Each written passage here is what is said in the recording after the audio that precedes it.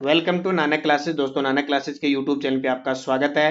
तो रीट मुख्य परीक्षा के लिए एक शानदार टॉपिक है भाई, सामाजिक अध्ययन का मुगल साम्राज्य, उसका हम लगातार चर्चा कर रहे हैं। एक पार्ट आपको दे दिया, ये दूसरा पार्ट है। लेवल 1 के अंदर आएगा मुगल साम्राज्य, 1% आएगा, पक्का आएगा, ठीक है। अब वो सिंपल आ जाए कैसे आ जाए, लेकिन हमें अपनी अच्छे तरीके से तैयारी करनी होती है। वो कहते हैं ना कि युद्ध लड़ते हैं तो युद्ध दुश्मन दुश्मन होता है, चाहे वो कैसा ही हो, चाहे वो ताकतवर हो या कमजोर हो, तो दुश्मन के लिए अच्छी तैयारी, अच्छी रणनीति बनानी ही पड़ती है। तो मुगल साम्राज्य में आज हम बाबर और हुमायूं पढ़ेंगे। कल हमने बाबर से संबंधित प्रश्न पढ़े थे, हालांकि कुछ एक्स्ट्रा भी थे। तो बाबर और हुमायूं, क्योंकि बाबर का पुत्र कौन था? हुमायूं। एक ही क्लास में सारा कवर करेंगे। पार्ट नंबर 2, एक बार लाइक शेयर आप सेशन को कर दिया करो, ताकि हमें हमें ये पता लग जाए कि हम तैयारी में हैं या नहीं है, किस प्रकार, और बच्चों को पता लग जाए। देखो, सबसे पहले मैं आपको बता देता हूं, बाबर बाबर की मृत्यु 1530 में काबुल में हुई थी। कल हमने पढ़ा था, सॉरी, आगरा में हुई थी। बाद में काबुल में इनका मकबरा है। बाबर के बाद जो राजा बना, यानी बादशाह बना, वो हुमायूं बना। और हुमायूं 1530 से लेकर 1540 तक रहा। बीच में इसको भगा दिया जाता है शेरशाह सूरी के द्वारा। निर्वासित समय गुजारता है ये 15 साल, 40 से लेकर 55 तक। फिर 1555 में वापिस आता है और 56 में इसकी मृत्यु हो जाती है। तो अब बाबर और हुमायूं से संबंधित जो भी इंपॉर्टेंट क्वेश्चन बनते हैं, हम उनकी चर्चा करेंगे। पहला प्रश्न देखिए, किस युद्ध के बाद बाबर ने राजपूतों का सिर काटकर एक मीनार खड़ी कर दी थी? बहुत ही शानदार। बाबर को इतना गुस्सा आया। गुस्सा क्यों आया? क्योंकि खानवा का युद्ध जो हुआ था ना, 17 मार्च 1527 को, 17 मार्च है, 17 मार्च 1527 को ये युद्ध हुआ ना। इस युद्ध में बड़ी मुश्किल से बाबर जीता, ठीक है, क्योंकि राणा सांगा सांगा ही था। इसको इतना गुस्सा आया कि बाबर ने राजपूतों का सिर काटकर एक मीनार खड़ी कर दी। नारा कौन, फिर उसने उपाधि कौन सी गाजी की उपाधि धारण की थी, ठीक है। और युद्ध से पहले जिहाद का नारा दिया था। युद्ध कौन सा? खानवा, रूपवास तहसील और गंभीरी नदी, भरतपुर के अंदर। दूसरा, 1529 में किस युद्ध में बाबर ने अफगान शासक महमूद लोदी को हराया था? तो अफगान शासक था महमूद लोदी, उसको हराया था। ये युद्ध कौन सा होगा? घाघरा का।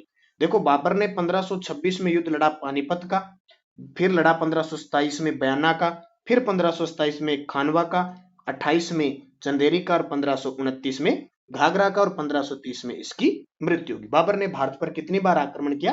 5 बार। बाबर ने किस युद्ध में गाजी की उपाधि धारण की थी? अभी मैंने बता दिया, खानवा के युद्ध में गाजी की उपाधि धारण की थी। निम्न में से कौन सा युद्ध बाबर ने 1528 में लड़ा था? तो बाबर ने 1528 में कौन सा? चंदेरी का युद्ध। किसको हराया था?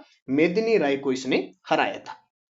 चांदी के सिक्के बंटवाने के कारण किस शासक को कलंदर के नाम से जाना जाता है? बहुत ही इंपॉर्टेंट, आपने एक नाम सुना होगा, लाख बख्श के नाम से कुतुबुद्दीन ऐबक जाना जाता है, और कलंदर के नाम से बाबर जाना जाता है। बाबर ने चांदी के सिक्के बंटवाए थे, बाबर को कलंदरी कहा जाता है। निम्न में से कौन सा युद्ध बाबर के द्वारा नहीं लड़ा गया? निम्न में से कौन सा युद्ध है वो बाबर के द्वारा नहीं लड़ा गया था? तो बाबर ने कौन सा युद्ध नहीं लड़ा? देखो, खानवा का लड़ा 1527, पानीपत 1526, घाघरा 1529, चंदेरी 1528, बयाना बयाना 1527। युद्ध तो भाई इसने सारे लड़े। नहीं लड़े, आगे कोई और दे रखा है? कुछ नहीं दे रखा। इसका मतलब सारे सही हैं, पर कोई और ऑप्शन था शायद, कोई उल्टा सीधा या तो कर दिया होगा। खानवा लड़ा, पानीपत का प्रथम युद्ध लड़ा, घाघरा लड़ा, चंदेरी लड़ा, बयाना, सारे लड़े, सारे सही है, ठीक है, सारे सही है, सारे लड़े थे। 21 अप्रैल 1526 को पानीपत के प्रथम युद्ध में बाबर ने किसे हराया था? बाबर ने यहाँ तुलगमा पद्धति का प्रयोग किया था, इब्राहिम लोदी को हराया था। इब्राहिम लोदी दिल्ली सल्तनत का ऐसा शासक था तो युद्ध भूमि में ही मारा गया, और भारत में मुगल वंश की स्थापना हुई। उस्ताद अली और मुस्तफा खान किस शासक के तोपची थे? तो किसके? बाबर के। कल भी पढ़ा। किस मुगल बादशाह ने शाहरुख नाम के सिक्के डलवाए थे? शाहरुख नाम के सिक्के। हालांकि एक मुगल प्रशासन से अलग वीडियो दूंगा मैं, बड़ा शानदार होगा। मेरे खुद के हस्तलिखित नोट्स हैं, उन्हीं से मैं पढ़ा दूंगा आपको सीधा। सारे समझ में आ जाएंगे। सैन्य कौन से सिक्के? शाहरुख नाम के सिक्के डलवाए थे। तो ये किसने? शाहरुख नाम के जो सिक्के डलवाए थे वो बाबर ने डलवाए थे।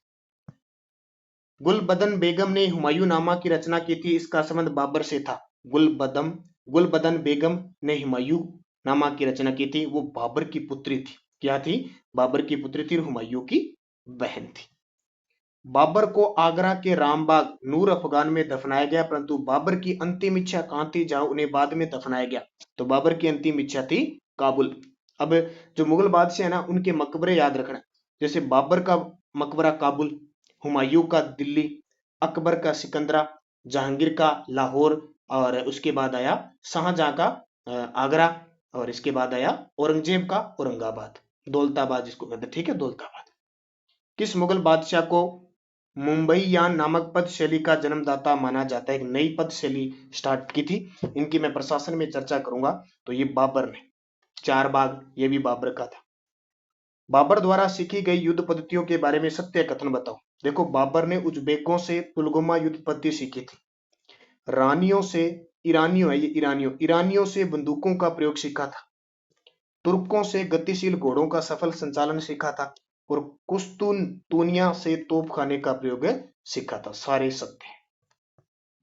1530 में बाबर की मृत्यु कहाँ हुई थी? बाबर की मृत्यु आगरा में हुई थी, आगरा में दफना दिया। उसके बाद में इसकी इच्छा के अनुसार कहां दफनाया गया? काबुल के अंदर दफनाया गया। इसको अच्छे तरीके से याद रखना है। फिर देखो, बाबर ने भारत पर प्रथम बार आक्रमण 1519 में कहां पर किया था? प्रथम बार बाबर ने आक्रमण किया 1519 में, और बाजोर, आपने नाम सुना होगा, भोरा और बाजोर, ये ना किले जीते थे सबसे पहले बाबर ने। तुजुक ए बाबरी में बाबर ने भारत के किस शासक को शक्तिशाली शासक बताया था? तुजुक ए बाबरी खुद बाबर की आत्मकथा है, जो बाद में किस नाम से प्रसिद्ध हुई? बाबर नामा। ठीक है, तो शक्तिशाली शासक बताया कृष्ण देवराय। कृष्ण देवराय ये विजयनगर साम्राज्य का शासक था। तुजुक ए बाबरी का तुर्की से फारसी भाषा में अनुवाद के रूप में किसने किया? देखो, बाबर के समय तुर्की चलती थी, और आपसे पूछे मुगल साम्राज्य की जो राजकीय भाषा थी वो थी, राजभाषा थी फारसी। हालांकि बाद में मोहम्मद शाह रंगीला आया था, वहां पे उर्दू भाषा हो गई थी, लेकिन फारसी भाषा। तो फारसी भाषा में अनुवाद किसने किया था? तो ये किया था, फारसी भाषा में अनुवाद किया था अब्दुल रहीम खानी खान। ठीक है। फिर हुमायूं मुगल बादशाह कब बना? तो 1530 में हुमायूं मुगल बादशाह बना। हुमायूं ने अपने पिता बाबर के कहने पर अपने भाइयों को साम्राज्य में बांट दिया। देखो, हुमायूं कितना अच्छा आदमी था। बाबर कह के गया था भी तो तेरी संपत्ति है ना, जो अपना साम्राज्य अकेला मत लेना, अपने भाइयों में बांट देना, और बाबर ने किया। लेकिन बाबर को, हुमायूं को गलत बहुत पड़ा। क्यों पड़ा? देखो, कामरान को इसने काबुल और गंधार दिया, अस्करी को इसने संभल दिया, मिर्जा हिंदाल को इसने मेवात दिया। उपयुक्त सभी, मिर्जा हिंदाल को मेवात, अस्करी को संभल, कामरान को काबुल और गंधार। ठीक है, ये दिए। फिर भी ये नाखुश थे और गद्दी लेना चाहते थे, इसलिए ये तंग गिरा। हुमायूं ने 1532 में चुनार पर आक्रमण किया। यह किस राज्य में है? हुमायूं ने 1532 में जब चुनार पर आक्रमण किया था, चुनार कहां पे? बिहार के अंदर है। शेरशाह सूरी ने हुमायूं को किन युद्धों में हराया? बड़ा ही शानदार प्रश्न है। शेरशाह सूरी, सूरी वंश था, ये सूरी वंश था, अफगान था। हुमायूं को चौसा का युद्ध 1539 में हराया। कनौज और बिलग्राम एक ही नाम है, इनको 1540 में, कनौज के दो, बिलग्राम के दो, उत्तर प्रदेश के अंदर है, इनमें हराया। तीनों सही। और 1540 में हराने के बाद, इस युद्ध में हराने के बाद, तो हुमायूं को इसने भगा दिया था, भारत से बाहर भाग गया था। ठीक है। हुमायूं व उसकी पत्नी हमीदा बानो बेगम की कोख से किस मुगल बादशाह का जन्म हुआ? हमीदा बानो बेगम, हुमायूं की, दोनों, हमीदा बानो बेगम की कोख से किसका जन्म हुआ? अकबर का। कब? 1542 के अंदर जन्म हुआ था, अमरकोट के वीर साल के यहाँ हुआ था। किस इतिहासकार ने हुमायूं को इंसान ए कामिल कहा? किस इतिहासकार ने हुमायूं को इंसान ए कामिल कहा? बहुत ही अच्छी बात की, अबुल फजल। अबुल फजल, जो अकबर का नवरत्न था, अपने राजस्थान के नागौर जिले से संबंध रखता था। भारत का वह मुगल बादशाह जो ज्योतिष शास्त्र में विश्वास करता था और 7 दिन में 7 रंग के कपड़े पहनता था, वो था हुमायूं। और अफीम का शौकीन था, टल्लू रहता था एकदम, अफीम फुल खाता था। यहाँ जहाँ के अफीम टिका के खावे नहीं, आंखें चढ़ी रहती हुमायूं की।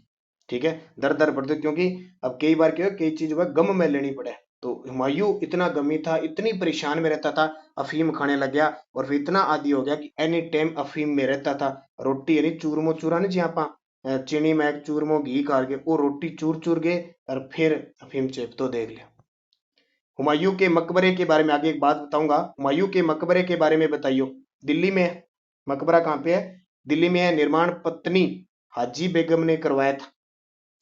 ये प्रधान कारीगर मिर्क मिर्जा ग्यास था, ये भी सही है, लेकिन ये निर्माण पत्नी हाजी बेगम ने करवाया था, यहाँ पे थोड़ी मिस्टेक हो सकती है के बारे में बताइए, ठीक है। बारे में बताना है, तीनों सत्य नहीं है, असत्य होगा यहाँ पे, तो ये गलत होगा, क्योंकि हाजी बेगम इसकी पत्नी नहीं थी बल्कि इसकी सौतेली माँ थी, तो ये असत्य है, ठीक है। ये क्या है, असत्य है, ये इसकी सौतेली माँ थी ये। चौसा के युद्ध से भागते समय किसने कर्मनाशा नदी पार करवाई जिस कारण हुमायूं ने उसे एक दिन का मुगल सम्राट बनाया? देखो, हम पढ़ते हैं ना, हिंदुस्तान का ऐसा एक शासक जिसने चमड़े के सिक्के चलाए थे, निजाम बिस्ती नाम का एक शासक था। उसने, एक निजाम बिस्ती नाम का व्यक्ति था, ठीक है। जब हुमायूं शेरशाह सूरी, क्योंकि शेरशाह सूरी ने कनौज के युद्ध में हरा दिया, भाग गया हुमायूं। जब भागा तो उसका पीछा किया था शेरशाह सूरी ने, तब वो एक नदी में डूब रहा था। कौन? हुमायूं करमाशा नदी में डूब रहा था। तब एक निजाम रुक्का नाम का एक व्यक्ति था। कौन है? निजाम रुक्का नाम का व्यक्ति था। उसने हुमायूं की जान बताई। तो हुमायूं ने कहा, एक बार तो मेरी जान भी है, मेरे पास भी कुछ नहीं है, मैं हिंदुस्तान का बादशाह था, लेकिन अब कुछ नहीं हूं मैं, लेकिन अब कुछ नहीं हूं मैं, लेकिन अगर शुक्र रहा, अल्लाह का शुक्र रहा, तो मैं अगर वापिस आया और हिंदुस्तान का बादशाह बना, तो मैं तेरा एहसान कभी नहीं चुकाऊं, तेरा जो एहसान है उसको मैं चुकाऊंगा, ठीक है। निजाम रुककर कहते हैं कि जब 1555 में हुमायूं वापिस गद्दी पर बैठा, इसने एक दिन का मुगल सम्राट बनाया था, और इस एक दिन के मुगल सम्राट ने चमड़े के सिक्के चलाए थे। अब उसने देखो, सोने के, चांदी के, तांबे के सारे चलाते हैं, इसने चमड़े के चलाए और इतिहास में प्रसिद्ध हो गया, ठीक है। फिर देखो, हुमायूं ने 1555 में किस युद्ध में अफगान नेता सिकंदर सूरी को पराजित करके और मुगल सत्ता प्राप्त की थी? तो मुगल सत्ता प्राप्त किससे की थी? सरहिंद के युद्ध, ठीक है। और हुमायूं के बारे में किस इतिहासकार ने कहा कि वह जिंदगी भर लड़खड़ाता रहा और लड़खड़ाने से उसकी मृत्यु होगी? ये कहा था लैनपू ने। अब देखो, 1530 में शासक बना हुमायूं, और इसके भाइयों को राज दे दिया, साम्राज्य बांट दिया। अब वो इसके भाई वो इससे लड़ते रहे, तो गृह युद्ध से छिड़ गया। गृह युद्ध से छिड़ गया, करते करते अपने भाइयों को इसने सिपाया क्या, इतने में शेरशाह सूरी आ गया। शेरशाह सूरी ने भगा दिया। 15 साल ये भटकता रहा। वो वापिस जैसे ही आया, आते ही 1555 में आया और 1556 में मृत्यु होगी, क्योंकि अफीम का शौकीन हो गया था। और इसके द्वारा बनाई गई जो दीन पना की सीढ़ियां, वहां से नीचे पुस्तकालय, उसकी सीढ़ियों से नीचे उतर रहा था। अब इतनी अफीम खारड़ी, पिनक लागड़ी, धन ध्यान है, पग तिसड़ गयो। और जद एक दृश्य आपने देखा होगा, जब सीढ़ियों से एक बार पैर फिसल गया तो नीचे आके गिरता है, क्या नजारे होते हैं। वो एक दृश्य बड़ा शानदार होता है। वो दृश्य किसको अच्छा लगता है? जो गिरता है ना, उसी को लगता है, रगड़ता ही रगड़ता आता है। तो हुमायूं के साथ ऐसा हुआ, लड़खड़ाता रहा, इसलिए कहते हैं कि हुमायूं जिंदगी भर लड़खड़ाता रहा और लड़खड़ाने से उसकी मृत्यु हुई। किसने कहा? लेनपोल। तो ये आज के टोटल आपके इतने प्रश्न। कल हम चर्चा करेंगे बहुत ही शानदार व्यक्तित्व के धनी, हिंदू काल का स्वर्ण काल कहलाने वाले मुगल बादशाह अकबर की चर्चा करेंगे। तो बने रहिए, पढ़ते रहिए, बढ़ते रहिए, निरंतर अपने कार्य में जुड़ते रहिए, मेहनत कीजिए, सफलता आपके कदमों को छूए। धन्यवाद। जय हिंद, जय भारत।